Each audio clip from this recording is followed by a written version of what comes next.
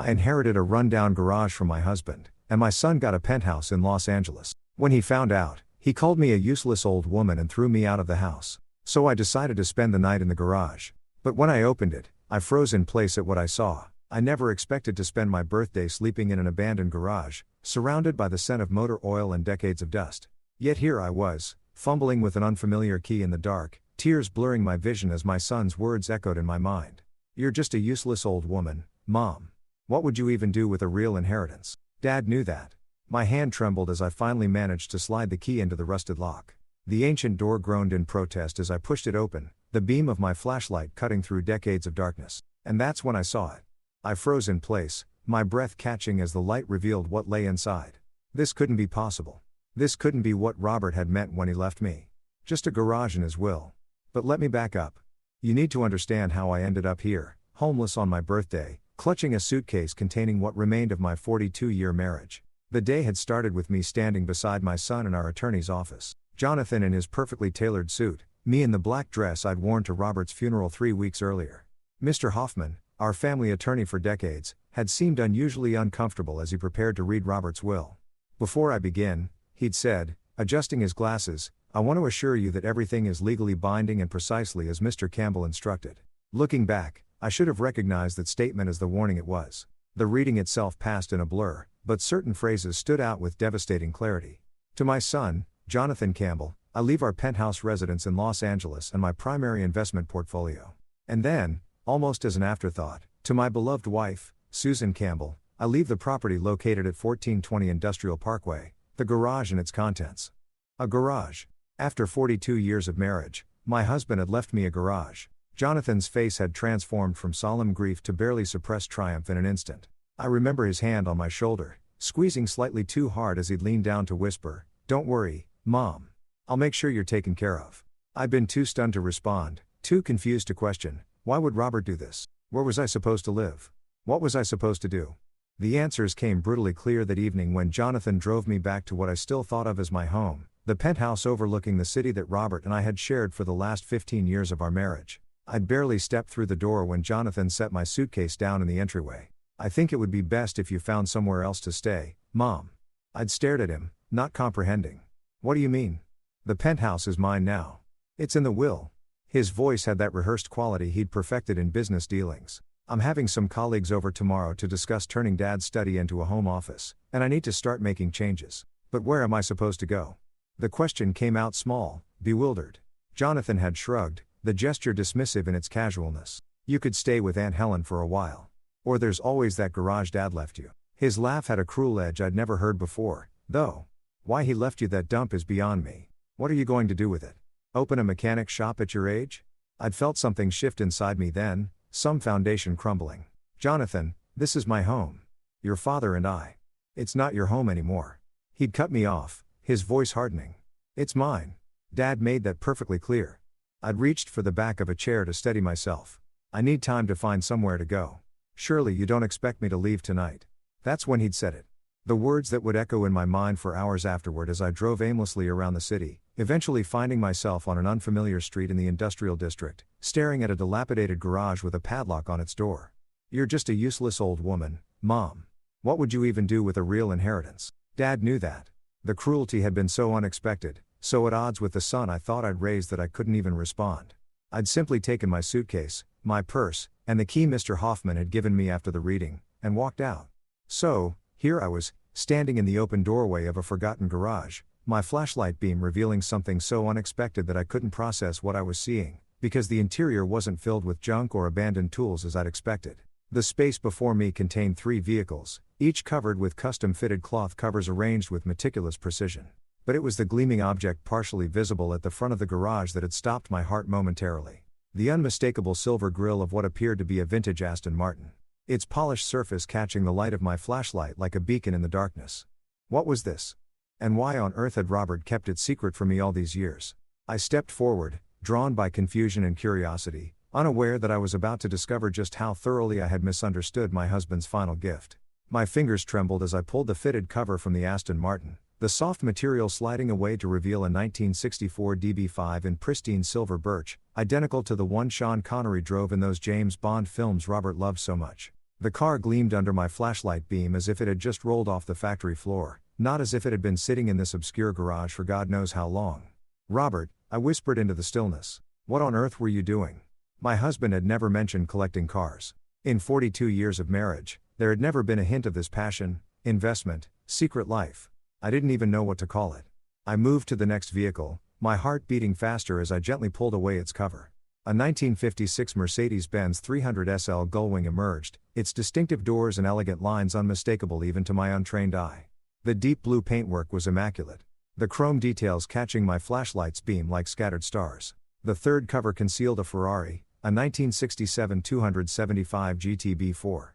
According to the small plaque mounted on a stand beside it, its deep red color reminded me of the wine Robert would order on our anniversaries. Rich and intense, each car was accompanied by a leather portfolio containing what appeared to be documentation, provenance papers, maintenance records, purchase agreements. I was no expert, but even I knew these weren't just nice old cars. These were museum-quality treasures worth I couldn't even guess. "There's got to be an explanation," I murmured, my voice strangely loud in the silent garage. That's when I noticed the envelope taped to the wall beside a light switch. It had my name written on it in Robert's unmistakable handwriting. With fingers that wouldn't quite stop shaking, I pulled it down and found the light switch flooding the garage with unexpected brightness from modern LED fixtures recessed into the ceiling. The sudden illumination revealed that this was no ordinary garage. The space had been professionally finished with climate control systems, custom flooring, security features, and specialized storage areas along the walls. This wasn't some abandoned building. It was a carefully designed automotive sanctuary. I sank onto a leather bench positioned against one wall, the envelope heavy in my hands. After a moment's hesitation, I broke the seal and pulled out several pages of Robert's distinctive stationery. "My dearest Susan, if you're reading this, then I'm gone, and you've discovered what I've come to think of as my final gift to you. First, I need to say I'm sorry for the shock and confusion you must be feeling right now. The secrecy wasn't meant to hurt you, but to protect what I was building for your future. 6 years ago, when I received my diagnosis, the doctors gave me 5 years at best. I beat their timeline by a year, but I knew our time together was limited, and I needed to ensure you would be taken care of after I was gone." I paused, blinking back tears. Robert's diagnosis of progressive heart failure had been devastating, but he'd always downplayed its severity, insisting he had plenty of time. I'd had no idea he'd been planning for the end from the very beginning. "I know you're wondering about the will, about why I would leave our home to Jonathan instead of to you. Believe me, this decision caused me more sleepless nights than my health ever did. But over the past decade, I've watched our son change. The ambitious boy we raised has become something different, something harder and more calculating than I ever wanted him to be. The truth is, I feared what would happen to you if I left everything to both of you jointly, or even if I split things equally. Jonathan would have found ways to control the assets, to manage your portion for your benefit, as he would say. I've seen how he speaks to you when he thinks I'm not listening, how he dismisses your opinions and needs." A tear splashed onto the paper, blurring the ink slightly. I hadn't realized Robert had noticed those interactions. I'd always made excuses for Jonathan's dismissive behavior, telling myself he was just busy, just stressed with his career. So, I created this split inheritance with very deliberate intentions. Jonathan has received what he will see as the valuable portion, the penthouse, the visible investments, the status symbols. But what you're looking at now, my love, is the real wealth. These 3 cars alone are worth approximately $12 million. The documentation will confirm their provenance, and you'll find contact information for Marcus Weatherby, my trusted dealer and advisor for these acquisitions. He can help you with whatever you decide to do with them. $12 million. I looked up at the 3 silent machines, their gleaming surfaces reflecting the overhead lights. That couldn't possibly be right. But the cars are just the beginning. In the safe behind the photograph of us in Venice, combination is our anniversary. You'll find documentation for several investment properties I've acquired over the past 6 years, all placed in a living trust that transferred to your name upon my death. You'll also find banking information for accounts that should provide you with comfortable income for the rest of your life. My hands shook so badly I had to set the letter down for a moment. There was a safe. I looked around and spotted the framed photo on the wall. Robert and me on the Rialto Bridge, laughing as a street musician serenaded us during our 35th anniversary trip. I rose unsteadily and moved toward it. The safe opened with a soft click when I entered our anniversary date. Inside, I found a thick portfolio and several USB drives neatly labeled. The top document in the portfolio was titled Estate of Robert Campbell, Complete Asset Inventory for Susan Campbell. I flipped it open and immediately had to sit down again as columns of numbers and property descriptions swam before my eyes. Apartment buildings in Seattle, commercial property in Chicago, a small vineyard in Northern California, stock portfolios, bonds, private equity investments. The total value at the bottom of the page made my ears ring. With numbed fingers, I returned to Robert's letter. I know this is overwhelming, and I'm sorry for keeping all of this from you.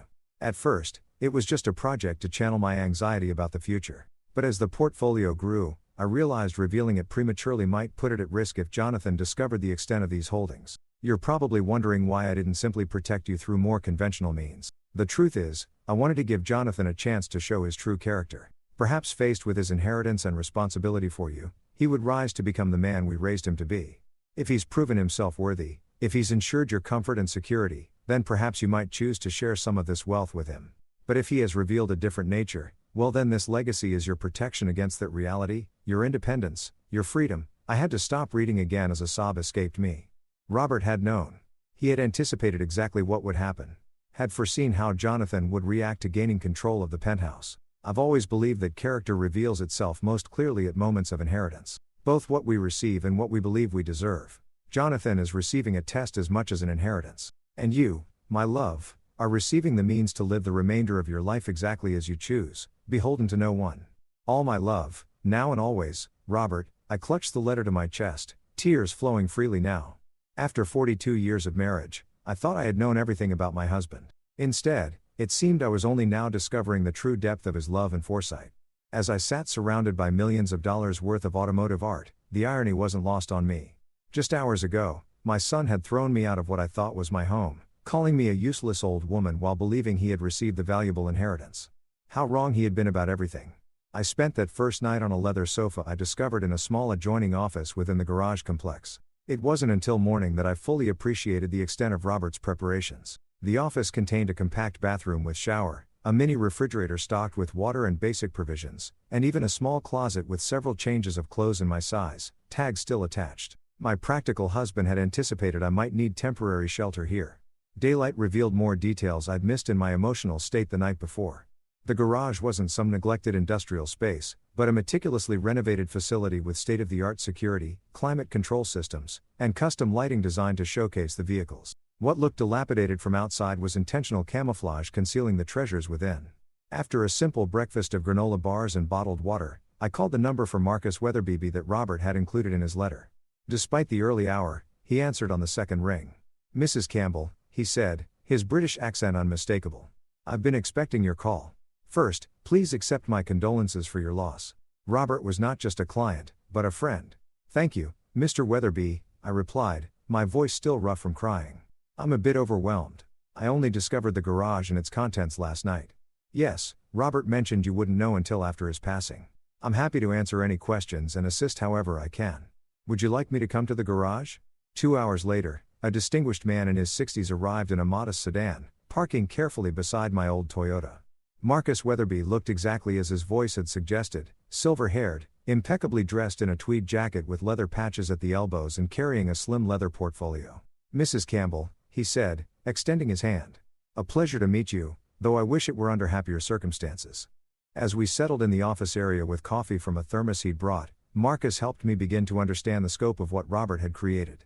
"Your husband began acquiring these vehicles approximately 6 years ago," he explained, opening his portfolio. He was extraordinarily methodical in his approach.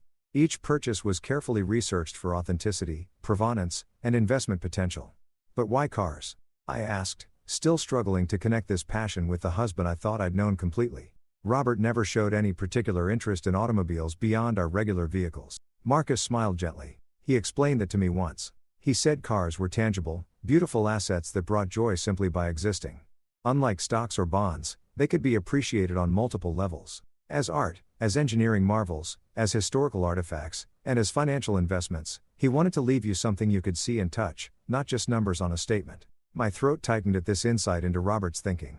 It was so like him, practical, yet deeply thoughtful. The collection is currently worth approximately $12 million, as Robert indicated in his letter, Marcus continued. But its value has been increasing steadily. These particular models are considered blue-chip investments in the collector car world. And what am I supposed to do with them? I asked, gesturing toward the 3 gleaming vehicles. Whatever you wish, Mrs. Campbell. You could sell them individually or as a collection. You could maintain them as investments. You could even drive them, though that would affect their value somewhat. He paused, studying me carefully. There's no rush to decide. Robert paid for secure storage and maintenance for the next 5 years. After Marcus left, promising to return whenever I needed him, I sat in the quiet garage, contemplating my situation. Less than 24 hours ago, I believed myself to be essentially homeless, cast out by my son, and mysteriously disinherited by my husband. Now I was discovering I was a wealthy woman with options I'd never imagined. But I had nowhere to live except this peculiar garage with its hidden amenities. I spent the day going through the portfolio from the safe, gradually comprehending the extent of Robert's secret financial maneuvering. Beyond the cars, he had assembled an impressive collection of income-producing properties and investments, all carefully structured to transfer to me seamlessly upon his death. One document particularly caught my attention. The deed to a modest but lovely cottage in Carmel, a coastal town we had visited several times over the years and always loved. According to the paperwork, Robert had purchased it 4 years ago, fully furnished and ready for occupancy. I had a home, a real home, not just this garage, however valuable its contents. As evening approached, my phone rang, Jonathan's number flashing on the screen. I hesitated, then answered, curious what he might say after our last interaction. "Mom, where are you?" His voice held irritation rather than concern. "And Helen said you haven't contacted her." "I'm fine, Jonathan," I replied, keeping my tone neutral. "I found somewhere to stay." "Well, I need you to come pick up the rest of your things from the penthouse. I'm having the interior designers start work tomorrow, and they need everything cleared out." No apology, no acknowledgement of his cruelty, just more demands and dismissal. "I see," I said, a strange calm settling over me. "And when would be convenient for you?" "Tomorrow morning before 9. I have meetings all day." I thought about the document spread before me. Proof of Robert's careful planning and deep love. I thought about the son who could so casually discard his mother when she became inconvenient. And I made a decision. "I'll be there," I said. After hanging up, I called Marcus back and asked if he could recommend a good attorney specializing in estate matters. By the time night fell, I had appointments scheduled with both legal counsel and a financial advisor for the following afternoon. I spent my second night in the garage office more comfortably than the first. My mind no longer reeling with shock, but instead methodically planning my next steps. I thought of Robert, imagining him carefully orchestrating this elaborate protection for me, all while keeping it secret to shield it from Jonathan's potential interference. "You knew him better than I did," I whispered to Robert's memory as I drifted toward sleep, our own son. The realization was painful, but clarifying. Robert's unusual will hadn't been a rejection of me, but an act of profound love and foresight. He'd sacrificed having me share in his secret project during his final years to ensure I would be truly independent after he was gone. Tomorrow, I would face Jonathan one more time, collect whatever personal treasures remained in what had been our home, and then begin my new life, one that Robert had carefully crafted for me from the shadows. As I fell asleep, I found myself wondering what expression would cross Jonathan's face if he knew what was housed in the worthless garage he had mocked.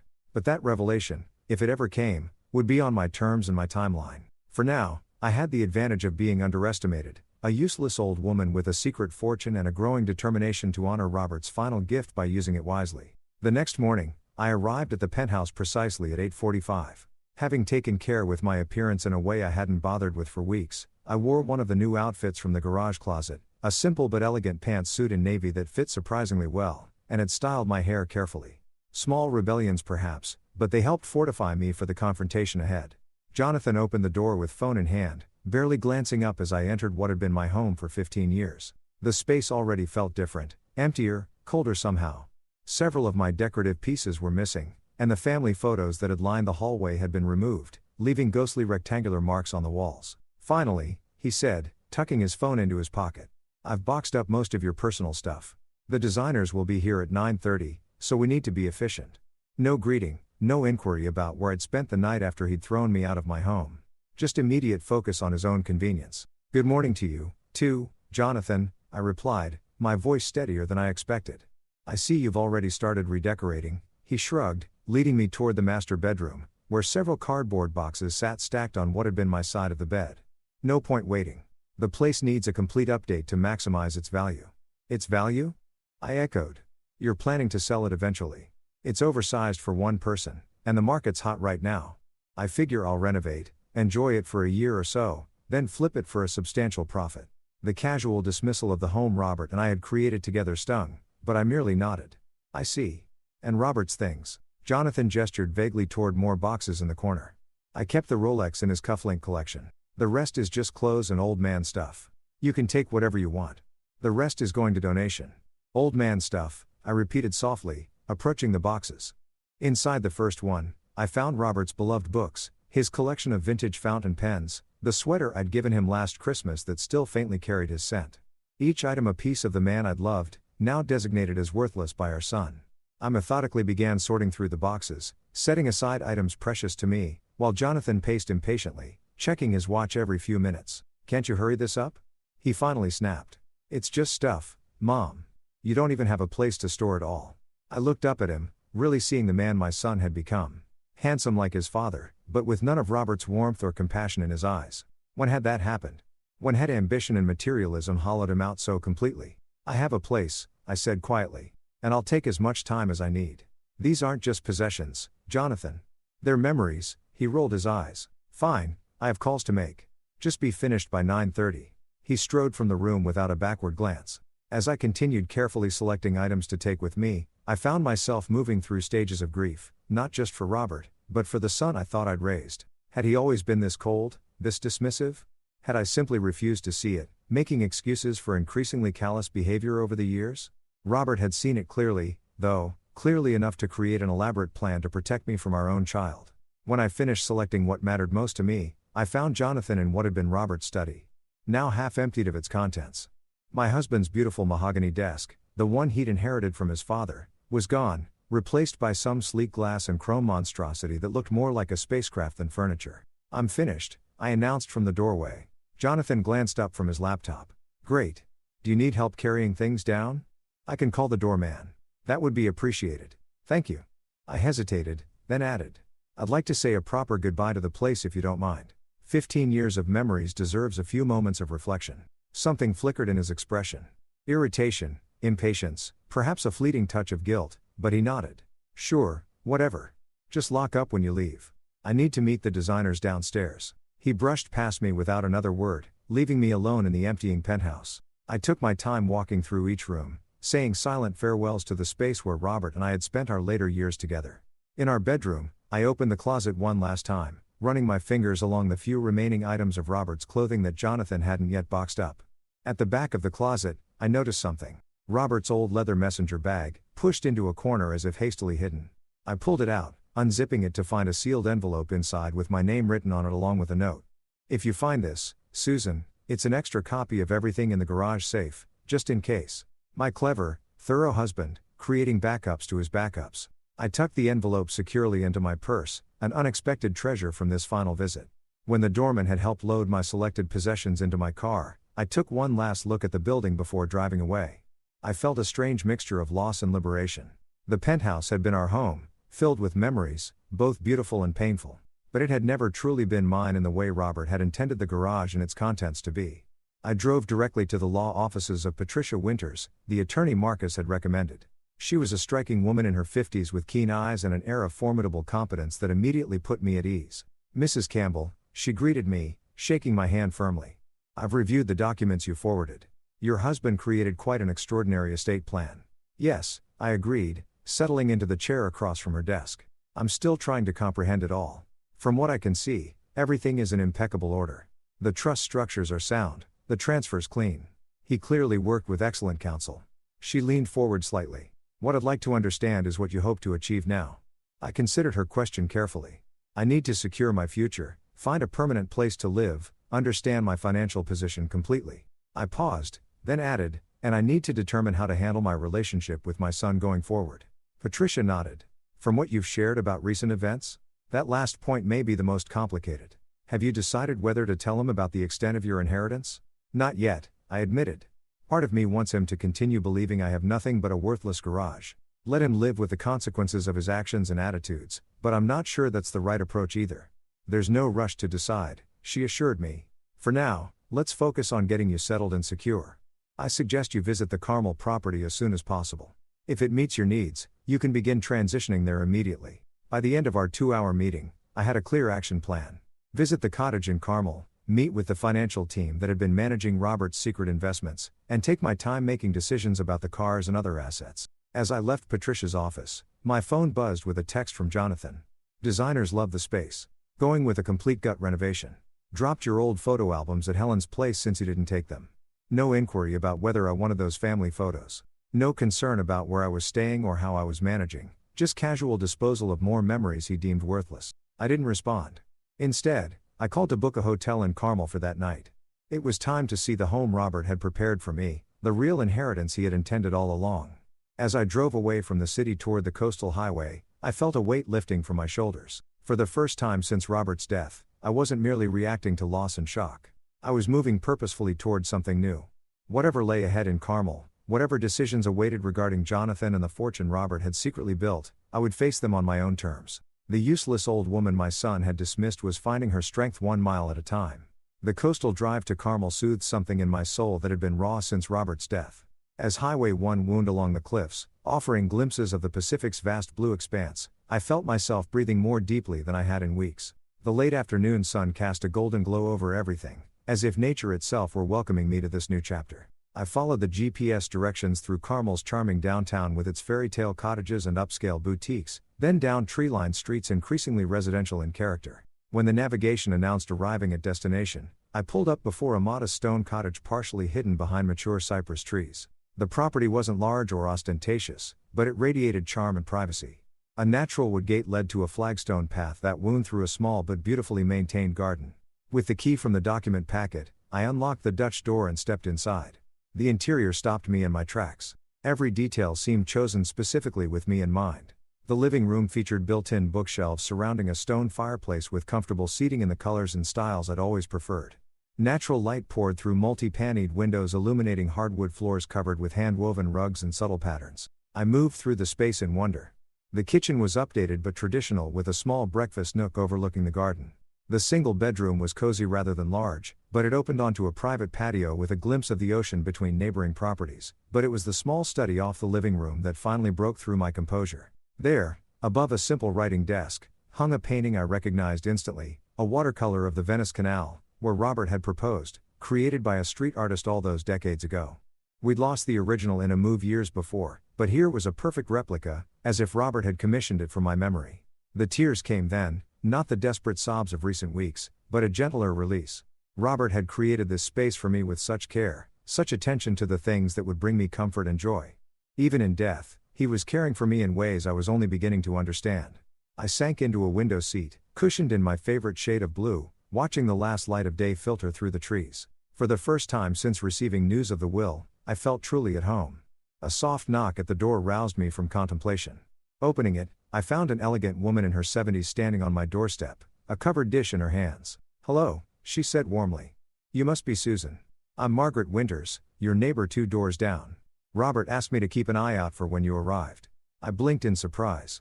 "You knew Robert?"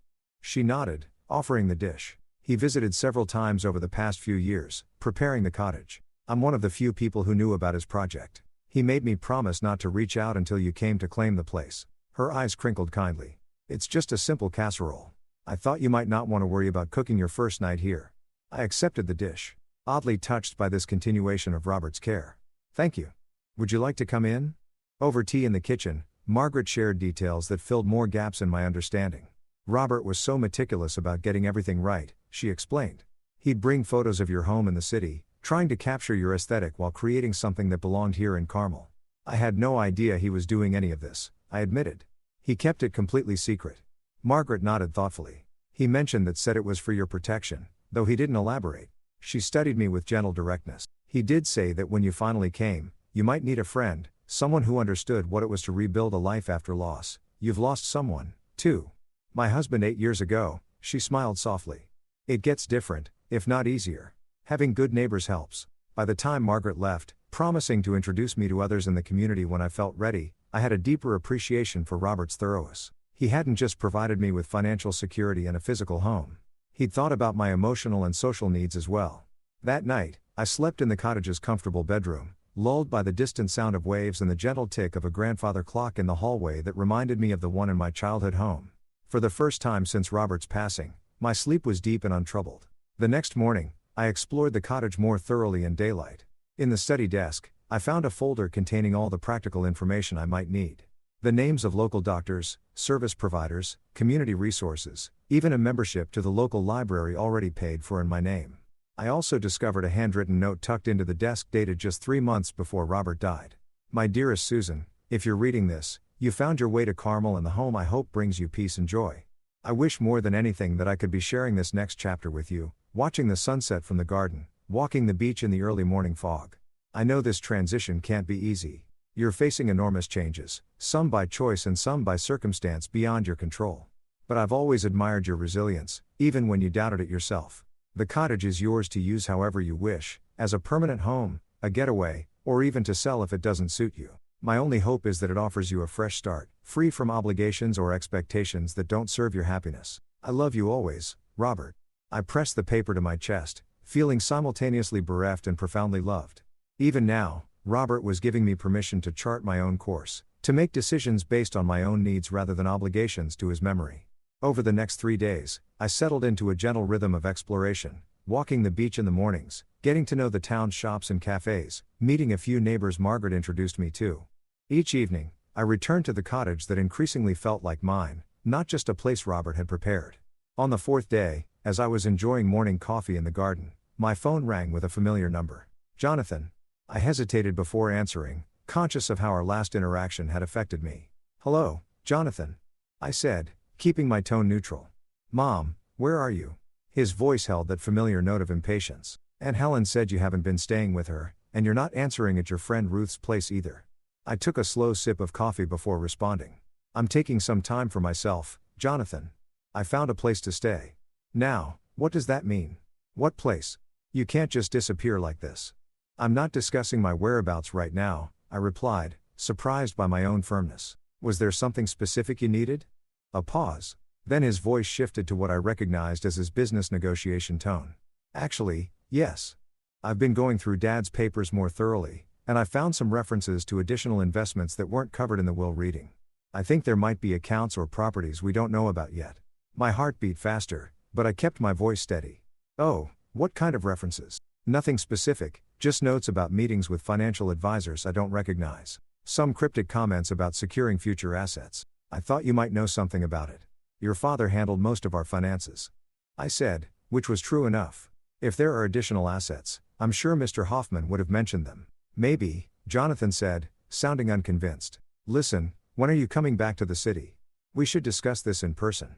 I've got the penthouse torn apart for renovations, but we could meet somewhere. I'm not sure when I'll be back, I replied honestly. I need this time away. His frustration was palpable, even through the phone. Mom, this is ridiculous. You can't just wander off without telling anyone where you are. What if there's an emergency? What if something happens to you? I'm perfectly fine, Jonathan. I'm not wandering and I'm not alone. I'm simply taking space to process everything that's happened. This isn't like you, he said, accusation creeping into his tone. First, Dad leaves you practically nothing in the will, then you disappear without a word. People will talk. I almost laughed at the irony. Let them talk, Jonathan. I'm beyond caring about appearances at this point. After ending the call with vague assurances that I'd be in touch when I was ready, I sat in the garden considering this new development. Jonathan was getting suspicious, looking for assets he believed were rightfully his. How long before he discovered the truth? And when he did, what would I do? The question Robert had posed in his letter loomed larger with each passing day. Had Jonathan proven himself worthy of sharing in this unexpected wealth? So far, his actions had only confirmed Robert's concerns about his character. But people could change, couldn't they? The son I remembered from years ago, the one with compassion and genuine warmth. Was he still in there somewhere beneath layers of ambition and entitlement? I didn't have answers yet, but for the first time, I felt strong enough to wait for them to emerge. The cottage, like Robert's love, had given me not just shelter, but something I'd been missing for too long. The space and security to trust my own judgment again. 2 weeks after settling into the Carmel cottage, I'd established a comfortable routine that felt both novel and natural. Mornings began with coffee in the garden or walks along the beach when fog didn't shroud the coast. Afternoons were dedicated to practical matters, meeting with financial advisors, learning about the properties Robert had acquired, understanding my new circumstances. I'd begun to appreciate the extent of Robert's planning. The cottage was just the most personal aspect of a comprehensive strategy to ensure my independence. The income properties generated substantial monthly revenue, while the investment portfolios were conservatively managed for long-term stability rather than aggressive growth. Your husband was unusually thorough, remarked Howard Lent, the financial advisor who had worked secretly with Robert. Most clients focus primarily on asset accumulation. Robert was equally concerned with creating systems for management that wouldn't burden you with daily decisions unless you wanted that involvement. I was in Howard's Mterray office reviewing quarterly statements for the various trusts Robert had established. He knew I didn't have his head for financial intricacies. I acknowledged. Howard smiled. He mentioned that. But he also said you had excellent judgment about people and an intuitive understanding of value that he respected enormously. This glimpse of how Robert had spoken about me to others was unexpectedly moving. Even as he'd kept his plan secret, he'd maintained his faith in my capabilities. There is one matter we should discuss, Howard continued, his tone shifting slightly. We've received inquiries from a Jonathan Campbell, claiming to be conducting a review of his late father's financial affairs. My hands tensed around my teacup. My son, what exactly did he want to know? He was fishing for information about additional accounts or investments beyond what was disclosed in the will. I followed protocol and explained that client confidentiality prevents me from discussing any accounts without proper authorization. Thank you, I said, relief evident in my voice. Jonathan received his inheritance as specified in the will. Robert's intentions regarding the rest were quite clear. Howard nodded. We continue maintaining that position, but you should be aware. He's been persistent, contacting several firms associated with your husband's investments. This wasn't surprising. Jonathan had always been tenacious when pursuing something he wanted, a quality that had served him well in business, but manifested as entitlement in personal matters. I appreciate the warning, I told Howard. I'm still determining how to handle the situation with my son. Driving back to Carmel, I contemplated the growing evidence of Jonathan's investigation. His suspicions, initially vague, were clearly solidifying into active pursuit.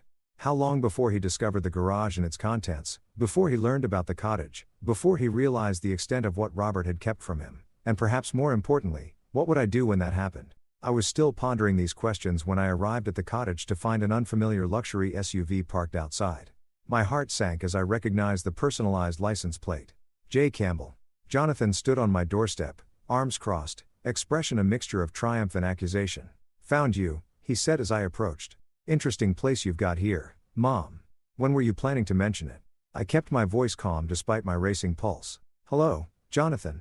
This is a surprise. I bet it is, he replied, glancing pointedly at the cottage. Care to explain how you're suddenly a property owner in one of California's most expensive coastal towns? I unlocked the door, gesturing him inside. No point in creating a scene for the neighbors. I think you'd better come in. Jonathan followed, his critical gaze taking in every detail of the cottage interior.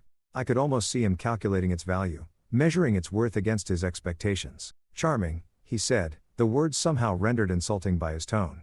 So, this is why you've been dodging my calls. You've been hiding out in a secret vacation home. I haven't been hiding, Jonathan. I've been processing enormous changes and deciding how to move forward. I set my purse down and faced him directly. How did you find this place? He smiled without warmth. I'm not completely incompetent, Mom. When you disappeared, I hired a private investigator to locate you. Basic welfare check on an elderly parent who vanished after showing signs of confusion following her husband's death. The calculated manipulation of his approach, casting me as potentially senile to justify invasive investigation, struck like a physical blow. I see. And this investigator tracked me here after some effort. Yes.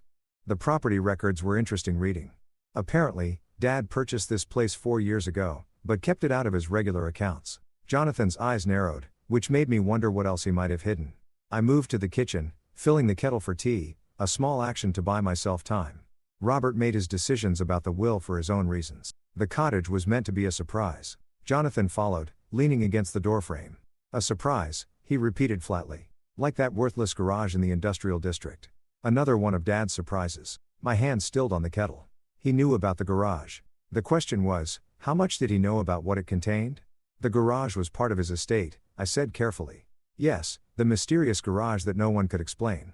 Jonathan's voice hardened. I visited it yesterday, Mom. Door was locked, but the windows, while dirty, still allowed a peek inside when the light was right. I kept my expression neutral, though my heart hammered painfully. And I saw enough to know there are cars in there. Vintage cars, from what little I could make out. His jaw tightened. Cars worth significantly more than that penthouse Dad left me. The penthouse that comes with maintenance fees I can barely afford since most of the liquid assets went into trust funds I can't access. So there it was. Jonathan had discovered part of the truth but not its full extent. He'd seen the cars but likely didn't realize their true value or know about the additional properties and investments. Your father made his choices, Jonathan. The penthouse and investment portfolio he left you are substantial gifts. Gifts? He scoffed.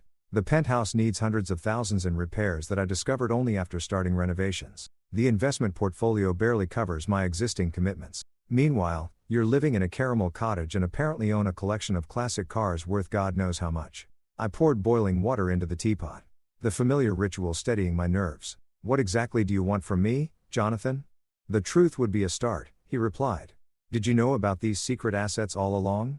Were you and Dad planning this manipulation of the inheritance? No, I said firmly, meeting his gaze. I knew nothing about the cottage or the garage until after Robert died. I was as surprised as you are now. This admission seemed to catch him off guard. Then why keep it from me these past weeks? Why disappear instead of explaining? Because I needed time to understand it myself, I answered honestly. And because your behavior after the will reading didn't exactly invite confidence or collaboration. He flinched slightly, then recovered. I was upset, finding out Dad had essentially disinherited me in favor of you. Disinherited you? I interrupted, disbelief coloring my voice. He left you a multi-million-dollar penthouse and investment accounts worth millions more. A fraction of what he apparently had hidden away. Jonathan's voice rose. Those cars alone are worth what, Jonathan? I challenged. How would you know their value unless you've been investigating far more thoroughly than you're admitting? He had the grace to look momentarily abashed. I have contacts in the collector car world, made some discreet inquiries based on what little I could see. Of course you did, I murmured, suddenly weary of the deception and counter-deception. Would you like some tea? If we're going to have this conversation, we might as well be civilized about it. This mundane offer seemed to deflate some of his righteous anger. He nodded, taking a seat at the breakfast nook while I prepared 2 cups. As we sat facing each other across the small table, I saw something beneath Jonathan's indignation that I hadn't noticed before, a vulnerability, perhaps even fear, for all his bluster about being cheated out of his rightful inheritance. Was there something more fundamental driving his pursuit? Jonathan, I began, my tone gentler. Why does this matter so much to you? You have a successful career, a beautiful home, financial security most people never achieve. What difference does it make if Robert left additional assets to me? He stared into his teacup, avoiding my gaze. It's not about the money. Not really. Then what is it about? When he finally looked up, I glimpsed the child he had once been, uncertain, seeking approval. It's about what it means. Dad trusted you with these assets, these secrets. He didn't trust me. And there it was, the core wound beneath the entitlement and anger. Not greed, but rejection. In his mind, Robert's careful planning represented not protection for me, but lack of faith in him. Oh, Jonathan, I sighed. It wasn't about trust or lack thereof. Your father was trying to create security for both of us in different ways. By hiding millions in assets from me, his bitterness returned. By leaving you secretly wealthy while making it seem like he'd left you nothing but a worthless garage. I took a careful sip of tea, considering how much to reveal. The moment had come sooner than I'd expected, forcing a decision I wasn't fully prepared to make. How much of Robert's reasoning should I share? How much of the truth could Jonathan bear to hear? The late afternoon light slanted through the cottage windows, casting long shadows across the kitchen table where Jonathan and I sat in uneasy silence. I studied my son's face, the familiar features that echoed Robert's, yet somehow lacked the compassion that had always softened my husband's expression. There's a letter, I said finally, from your father. It explains his decisions more clearly than I could. Jonathan's posture stiffened. A letter? You've had a letter explaining all this, and didn't think to share it? It was addressed to me, Jonathan, and given how you treated me after the will reading, I wasn't exactly eager to share something so personal. I met his gaze steadily. You called me a useless old woman and threw me out of my home. His eyes flickered away, a hint of discomfort crossing his face. I was upset. People say things they don't mean when they're emotional. Do they? I asked quietly. Or do moments of high emotion simply reveal what's normally kept hidden? Rather than answering, Jonathan gestured impatiently. This letter? Do you have it here? I rose and went to the study, retrieving both Robert's original letter from the garage and the copy I'd found in his messenger bag. Returning to the kitchen, I hesitated before handing him the copy. Before you read this, I want you to understand something. Your father loved you, Jonathan. Nothing in his actions was meant to hurt you, only to protect what he valued. Let me be the judge of that, he replied, taking the letter with barely concealed eagerness. I watched as he read, his expression shifting from anticipation to disbelief to something darker. His hands tightened on the paper, knuckles whitening as he reached the paragraphs, addressing Robert's concerns about his character. When he finished, he set the letter down with deliberate care, as if afraid his control might shatter if he moved too quickly. So, he said, his voice dangerously quiet. Dad thought I was what?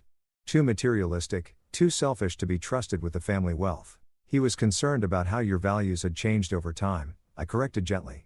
And about how you might handle having authority over my financial well-being, And his solution was to deceive me, to create this elaborate scheme making me think I got the valuable inheritance while secretly leaving everything of real worth to you? His voice rose with each question, indignation building. Do you have any idea how humiliating this is, Jonathan? No. He cut me off, standing so abruptly, his chair scraped against the floor. You don't get to Jonathan me in that patronizing tone. Not after this. Dad manipulated me, tested me like some lab rat to see if I'd pass his twisted moral examination. I remained seated, refusing to match his emotional escalation.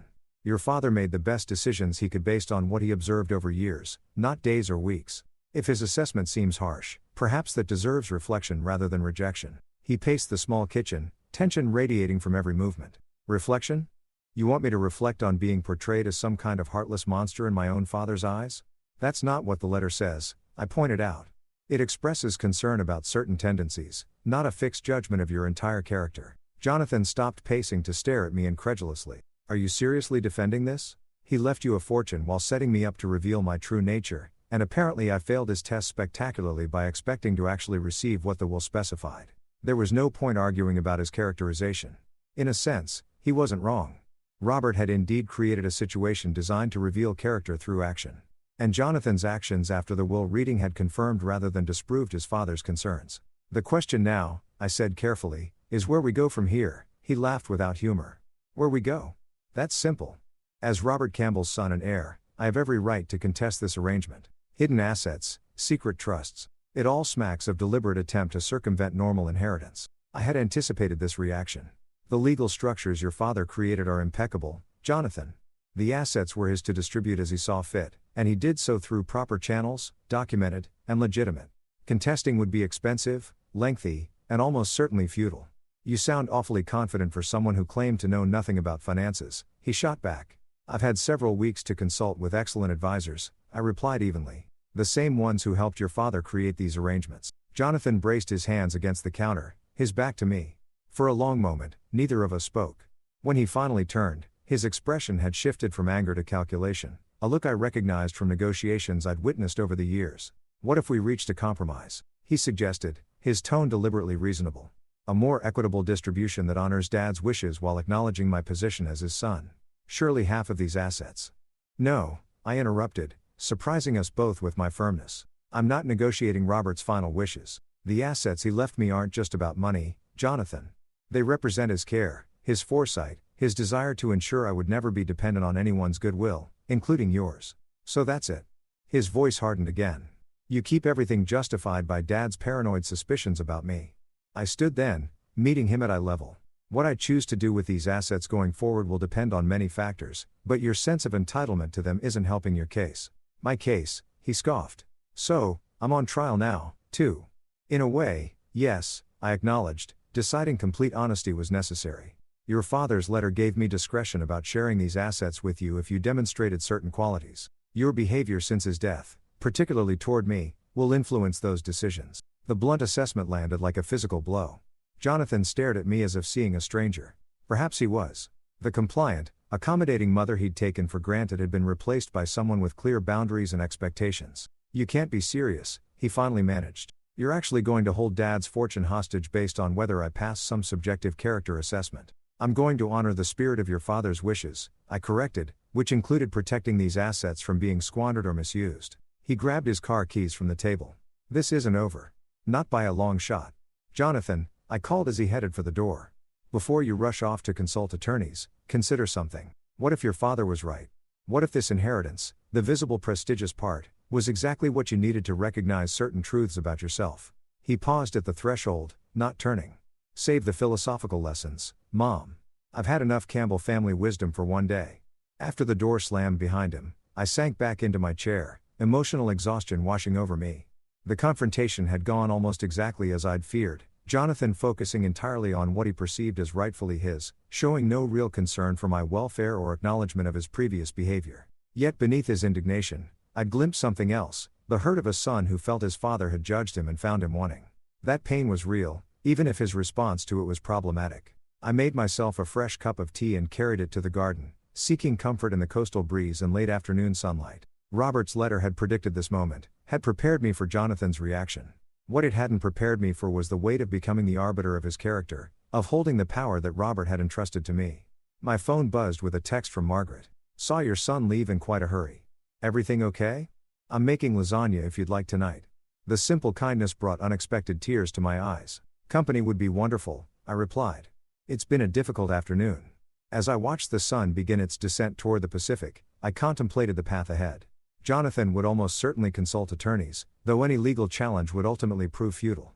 The real question was whether this confrontation would drive him further into entitlement and resentment, or whether, as Robert had hoped, it might eventually prompt genuine reflection and growth.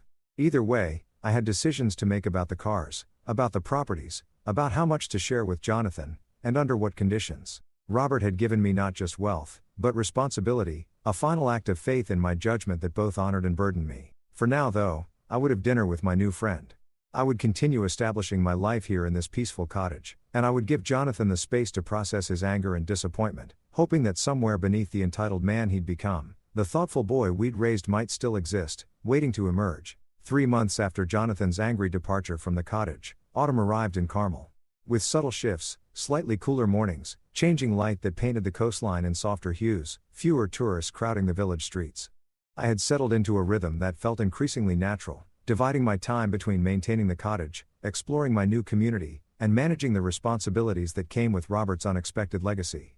With Patricia Winter's guidance, I'd established a comfortable system for overseeing the various properties and investments. The cars remained in their secure garage, maintained by Marcus Weatherby's team through monthly visits. I'd even driven the Aston Martin once, a tentative journey along the coastal highway that had left me exhilarated and oddly closer to Robert, as if sharing something he had loved.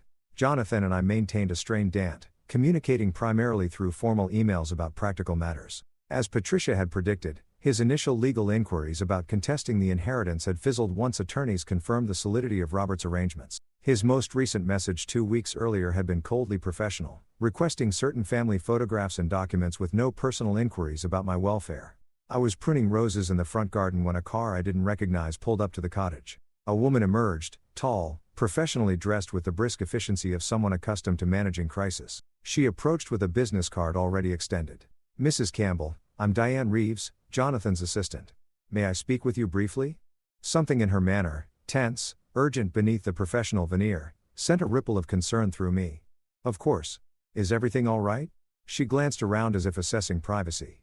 Perhaps we could speak inside. In the cottage living room, Diane perched on the edge of the sofa, declining my offer of tea. Mrs. Campbell, I'm here because Jonathan has experienced some significant setbacks. He asked me to speak with you directly as he felt you might not take his call. What kind of setbacks? I asked, though a sinking feeling suggested I already knew. Financial ones primarily. She opened a slim portfolio she'd been carrying. The renovation costs on the penthouse exceeded estimates by nearly double. There were structural issues that couldn't have been anticipated, requiring substantial additional investment. I nodded unsurprised. Robert had mentioned the building's aging infrastructure years ago, though his suggestions about preventative maintenance had been dismissed as unnecessary expense. Simultaneously, Diane continued, Jonathan's primary investment failed. He had committed substantial capital to a development project that encountered regulatory obstacles. The details are complex, but essentially he's facing significant losses with limited liquid assets to cover them. I see. I kept my expression neutral, though part of me had been anticipating something like this. Jonathan had always pursued aggressive investment strategies, preferring dramatic gains over steady growth. And how does this concern me? Diane shifted uncomfortably. Jonathan is facing potential foreclosure on the penthouse. The renovation loans use the property as collateral, and with the investment failure, he cannot meet the payment schedule. That's unfortunate, I said carefully. But I'm still not clear on why he sent you to me with this information. She met my gaze directly. Mrs. Campbell, to be blunt, Jonathan needs financial assistance. He's aware that you have resources that could help him avoid bankruptcy and losing the penthouse. There it was. The request I'd been expecting since the confrontation 3 months ago. Not an apology, not a reconciliation attempt, but a financial appeal delivered through an intermediary to avoid the humiliation of asking directly. Has Jonathan considered selling the penthouse? I asked.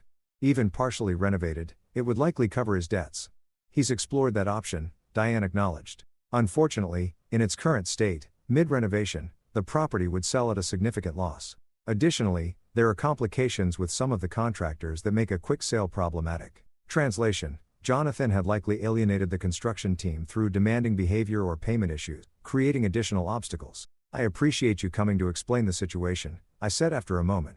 Please tell Jonathan I've heard his request and will consider it. Diane looked startled by the noncommittal response. Mrs. Campbell, the situation is quite urgent. The foreclosure proceedings could begin within weeks. I understand, I replied, my tone firm but not unkind, and I'll need time to consider my response. That's all I can offer today. After showing the clearly dissatisfied assistant out, I sat in my garden thinking about Jonathan's predicament. Robert's letter seemed almost prophetic now. He had anticipated that Jonathan's financial decisions might eventually lead to crisis, creating the very scenario we now faced. The next morning, rather than calling Jonathan immediately, I drove to the city to see the penthouse situation for myself. The building's doorman, recognizing me from my years living there, allowed me up without calling ahead. What I found was sobering. The once elegant home had been gutted to the studs in most areas, with exposed wiring and plumbing creating a hazardous maze. Construction equipment sat abandoned, a fine layer of dust suggesting weeks had passed since any work had been done.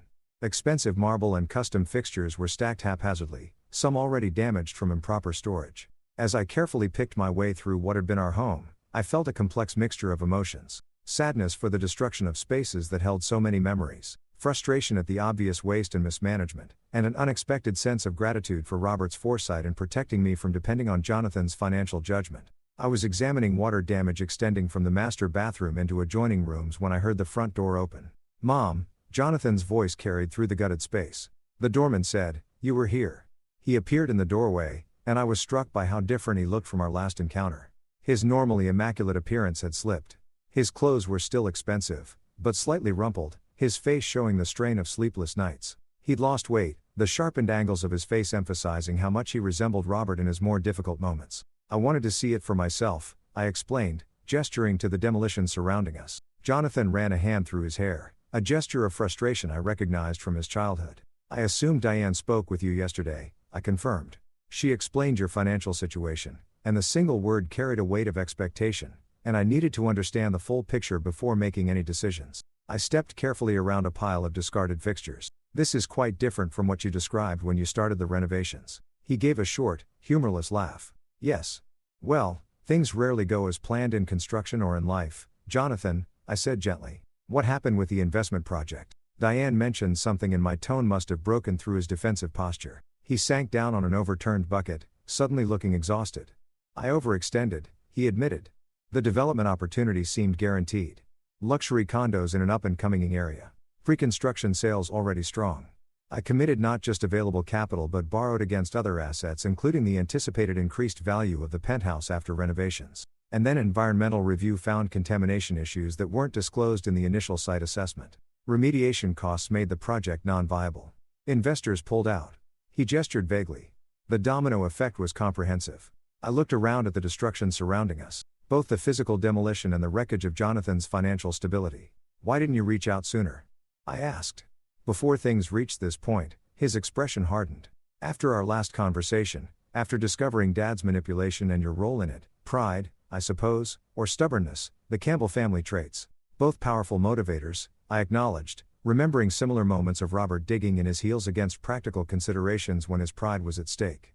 "So," Jonathan said after a moment, his attempt at casual inquiry undermined by the tension in his voice, "have you made your decision about helping me?" I met his gaze directly. "I'm willing to help, Jonathan, but not unconditionally, and not by simply writing a check to cover your debts." Relief and weariness battled in his expression. "What conditions?" "We need to discuss that properly," I replied, picking my way back toward the front door. "Not here, surrounded by the evidence of hasty decisions. Come to Carmel tomorrow. We'll talk about a path forward that addresses both your immediate crisis and the underlying patterns that created it." He looked like he wanted to argue to push for immediate commitment, but necessity overcame impulse. "Fine. Tomorrow." As I left the building, the contrast between the ruined penthouse and my peaceful cottage in Carmel couldn't have been starker. Jonathan had received what appeared to be the valuable inheritance, the prestigious address, the visible wealth. I had received what seemed worthless, an abandoned garage, an unknown cottage. Yet here we were, our fortunes dramatically reversed through a combination of Robert's planning and Jonathan's choices. Tomorrow would bring difficult conversations and decisions. For tonight, I would return to Carmel, to the home Robert had so thoughtfully created, and consider how best to honor both his concerns and his hopes for our son. Jonathan arrived at the cottage precisely at the agreed time of 11 the next morning, his appearance markedly more polished than the previous day, a deliberate effort, I suspected, to project control he no longer possessed. I had spent the morning preparing, not just mentally, but physically, setting the stage for our conversation with intentional care. "You have a lovely view," he commented stiffly as I led him through the cottage to the back patio, where I'd arranged comfortable seating and a light lunch. "Your father chose well," I agreed. "He remembered how much I love the coast." Jonathan's expression tightened at the mention of Robert, but he said nothing as he took the offered seat. The patio overlooked a small but meticulously maintained garden that sloped gently downward, offering glimpses of the Pacific between neighboring properties. The setting was peaceful, private, and neutral ground for the difficult conversation ahead. After pouring us both iced tea, I turned to face my son directly. "Before we discuss your financial situation, I'd like to show you something." I handed him a leather portfolio I'd prepared that morning, containing selected documents from Robert's records. Jonathan opened it wearily, as if expecting another unwelcome revelation. "These are financial projections and maintenance assessments for the Penthouse," I explained as he scanned the pages. "Your father commissioned them 3 years ago, anticipating eventual major systems failures in the building.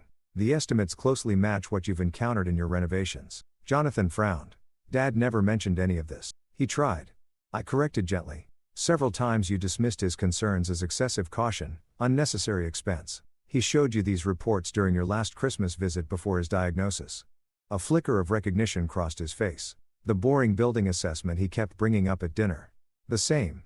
I took a sip of my tea. "Robert wasn't just being cautious. He was trying to prepare you for exactly the situation you're facing now." Jonathan set the portfolio aside, his jaw tightening. "If you've brought me here just to say I told you so on Dad's behalf." "I haven't," I interrupted. "I'm establishing context for my decision about helping you." Robert saw this coming. "Not just the building issues, but the pattern of choices that has led to your current crisis." "And what pattern is that exactly?" His tone was defensive, but I caught genuine confusion beneath it. "Prioritizing appearance over substance," I said simply. "Pursuing impressive gains over sustainable growth, dismissing caution as unnecessary pessimism." I met his gaze directly. "The same qualities that led you to throw your mother out of her home rather than consider her needs alongside your plans." He had the grace to look momentarily abashed. "That was I shouldn't have handled it that way." "No," I agreed. "You shouldn't have." A silence fell between us, filled only by the distant sound of waves and the occasional call of seabirds. Jonathan fidgeted slightly, unused to this directness from me. Throughout his adult life, I had been the mediator, the smoother of rough edges, the one who accommodated his moods and absorbed his dismissals. "So, what are you proposing?" he finally asked. "What are these conditions for your help?" "First, complete transparency," I replied. "I need to see everything. All accounts, debts, contracts, commitments, no hidden liabilities, or convenient omissions." He nodded stiffly. "Fine. What else?" "Professional financial management going forward," I continued. "You've demonstrated that your judgment in these matters is compromised by impulsivity and overconfidence. Any funds I provide will be structured through trusts with appropriate oversight." His expression darkened. "So, I'll be on an allowance like a child, like someone who has made serious financial miscalculations and needs guardrails while rebuilding," I corrected. "It's not punitive, Jonathan. It's protective of both the assets and yourself. And I suppose you'll be controlling these trusts." Bitterness edged his voice. "No," I said, surprising him. "Independent trustees with fiduciary responsibility. I'm not interested in controlling your life, only in ensuring that help I provide actually leads to sustainable improvement rather than temporary relief." He absorbed this, visibly, struggling between his desperate need for assistance and his resistance to the implied loss of autonomy. "What about the Penthouse?" "It's still technically mine. The practical solution would be to sell it," I said, watching his reaction carefully. "Even in its current state, it would cover a significant portion of your debts. You could start fresh, perhaps in a more manageable property." "Sell it?" The idea seemed to genuinely shock him. "But it's our family home. It's where Dad and you. It's a physical space, Jonathan," I interrupted gently. "One that you were eager to gut and transform just months ago. The memories don't reside in the walls." He stood abruptly, pacing the small patio. "You don't understand. Selling would be admitting complete failure. Everyone would know." And there it was. The core of his resistance. Not emotional attachment to our family home, but concern about the public perception of selling it under financial duress. Image over substance yet again. "People already know," I said quietly. "Construction halted months ago. Contractors have filed liens. The financial community discusses these matters." He stopped pacing, shoulders slumping slightly. "I've really destroyed everything, haven't I?" The naked vulnerability in his voice caught me off guard. For the first time since Robert's death, I glimpsed my son beneath the defensive posturing, confused, overwhelmed, and finally facing the consequences of years of prioritizing appearances over reality. "Not everything," I said, my tone softening. But you've created a significant challenge that will require equally significant changes to address. Jonathan sank back into his chair, looking suddenly exhausted. So, what exactly are you offering? A structured way forward, I replied. I'll establish a trust that will satisfy the most pressing creditors and prevent foreclosure. We'll bring in professionals to either complete the renovations appropriately or prepare the penthouse for sale depending on what makes financial sense after proper assessment. And in return, you agree to financial oversight for a defined period. You work with a counselor on the underlying patterns that created this situation. And I hesitated, then continued firmly. You make amends for how you treated me after your father's death. His eyes snapped to mine. Amends? What does that mean exactly? It means acknowledging the harm done. It means understanding that relationships have consequences just as financial decisions do. I leaned forward slightly. Jonathan, I'm not offering help purely as a financial transaction. I'm offering it as a mother who believes her son can be better than his recent behavior suggests. Something in my words seemed to penetrate the armor he'd maintained throughout our recent interactions. He looked away, blinking rapidly. I didn't mean what I said that day, he said quietly, about you being useless. I was angry and lashing out. Perhaps, I acknowledged. But those words didn't emerge from nowhere. They reflected an attitude toward me, toward older women generally, that you've harbored for some time. He didn't deny it, which represented its own small progress. I need time to think about all this, he finally said. It's a lot to process. Take the time you need, I replied. But remember that your creditors' timelines won't adjust to your contemplation schedule. Some decisions have narrow windows of opportunity. As Jonathan left the cottage an hour later, neither of us had definitive answers about the path forward. I had outlined my offer and conditions. He had neither accepted nor rejected them outright. But something had shifted in our interaction, a tentative step toward honesty that had been absent in our relationship for years. That evening, sitting in the garden as twilight settled over Carmel, I found myself wondering what Robert would think of my approach. Had I been too harsh, too accommodating? There was no way to know, of course, but I felt a quiet confidence that I had found my own balance. Neither the enabling mother I had sometimes been, nor the purely transactional business person Jonathan might have expected. The path ahead remained uncertain. Jonathan might reject my conditions out of pride, or accept them with hidden resentment rather than genuine understanding. But for perhaps the first time in our adult relationship, I had spoken my truth clearly without cushioning it to protect his feelings or preserve artificial harmony. Whatever came next would be built on that foundation of honesty, however uncomfortable it might be. And in that, I believed Robert would recognize the wisdom of his unconventional inheritance plan, not in the distribution of material assets, but in the opportunity it had created for both Jonathan and me, to finally see ourselves and each other clearly. Spring returned to Carmel, painting the cottage garden with bursts of color that seemed impossibly vibrant against the blue backdrop of the Pacific. Nearly 9 months had passed since Robert's death, 6 since my discovery of the garage's contents, and 4 since Jonathan's financial crisis had forced a reckoning between us. Those 4 months had brought changes I couldn't have imagined during our tense conversation on the cottage patio. After 3 days of silence following my conditional offer, Jonathan had called with a response that surprised me with its simplicity. I'll do it. All of it. Whatever it takes. The journey since that acceptance had been neither simple nor smooth. The financial restructuring alone had required weeks of intensive work with accountants and attorneys uncovering the full extent of Jonathan's financial entanglements, some significantly worse than he had initially disclosed. The penthouse required difficult decisions, ultimately resulting in a compromise, completing essential renovations to make it marketable, then selling it to cover the most pressing debts.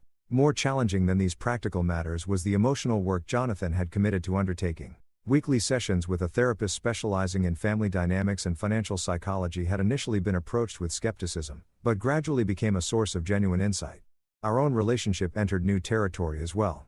Territory neither of us navigated perfectly, but with increasing honesty on both sides. I was tending to the roses that framed my garden gate when a now familiar car pulled into the cottage driveway. Jonathan emerged carrying a small package, his appearance noticeably different from both his former polished executive persona and the desperate man who had faced financial ruin months earlier. His clothing was still quality, but less ostentatious, his demeanor more relaxed. He had even grown a short beard that softened the sharp angles of his face, making him look remarkably like Robert in his younger days.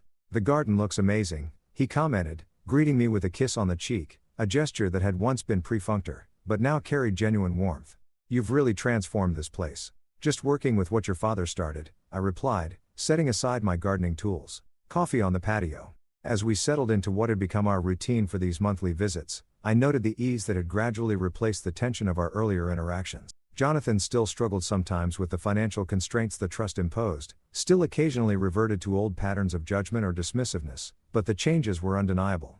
The Penthouse closing is next week, he informed me, stirring his coffee. Final walkthrough went well. We'll clear about 40% more than the initial distress sale estimates, thanks to the targeted renovations. That's excellent news, I said. It will give the trust more flexibility for your next steps.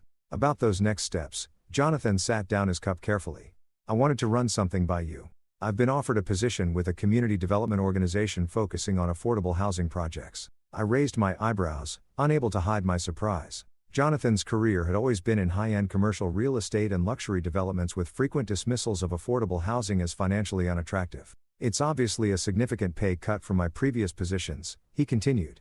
But the trust structure means basic living expenses are covered, and he hesitated, searching for words. It feels like meaningful work, using what I know about development for something beyond profit margins. That sounds like a significant shift in focus, I observed carefully. What prompted it? Jonathan gazed out toward the ocean for a moment before answering. Remember that project that failed?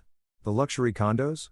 The site was eventually sold at bankruptcy auction to a non-profit housing developer. They're building mixed-income housing there now, efficiently, thoughtfully designed, environmentally conscious. I've been consulting with them informally for a few months, and he shrugged a gesture somehow both self-conscious and proud.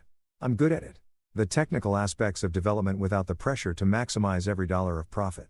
I studied my son's face, noting the genuine animation as he described the project. It sounds like you found something that engages more than just your business acumen. Dad would probably find it ironic. Jonathan acknowledged with a rueful smile. Me ending up working in affordable housing development after years of chasing luxury markets. I think he'd be pleased. I corrected gently. He always admired competence directed toward worthwhile goals. Jonathan nodded, then reached for the package he had brought. Speaking of Dad, that's partly why I brought this. The Penthouse clearance uncovered some things I thought you should have. Inside the carefully wrapped package was a small wooden box I recognized immediately. Robert's collection of cuff links and tie pins. Items Jonathan had initially claimed for himself during our rushed clearing of personal effects. I kept these thinking they represented some connection to Dad, Jonathan explained, watching as I opened the box. But I realized recently they were just things. The real connection to him isn't in possessions. Beneath the cufflinks lay something else, a small velvet pouch containing my original wedding band, which I had assumed lost during the Penthouse chaos. I found it in Dad's study safe, Jonathan said as I slipped the simple gold band from the pouch. Along with this, he handed me a small envelope with my name written in Robert's handwriting. Inside was a card containing just a few lines for our 45th anniversary coming soon. The first band was a promise of the life we would build. This one celebrates the life we created. All my love always. Tucked into the card was a jeweler's receipt for a custom eternity band dated just weeks before Robert's final hospitalization, an anniversary gift he hadn't lived to give me. He was planning ahead even then, I said softly, tears blurring my vision, always thinking of future moments. The jeweler still had the order, Jonathan said. I picked it up for you. He withdrew a small box from his pocket and handed it to me. Inside was a delicate band of sapphires and diamonds. Simple, elegant, exactly my taste. The stones caught the spring sunlight, sending prisms dancing across the patio table. Oh, Robert, I whispered, slipping the band onto my finger alongside my original wedding ring. They complemented each other perfectly, the plain gold of beginnings, the gemstones of a journey completed. Jonathan watched quietly, allowing me this moment of connection with his father. When I finally looked up, I saw something in his expression I hadn't witnessed in years. A softness, a respect untainted by impatience or calculation. Thank you, I said simply.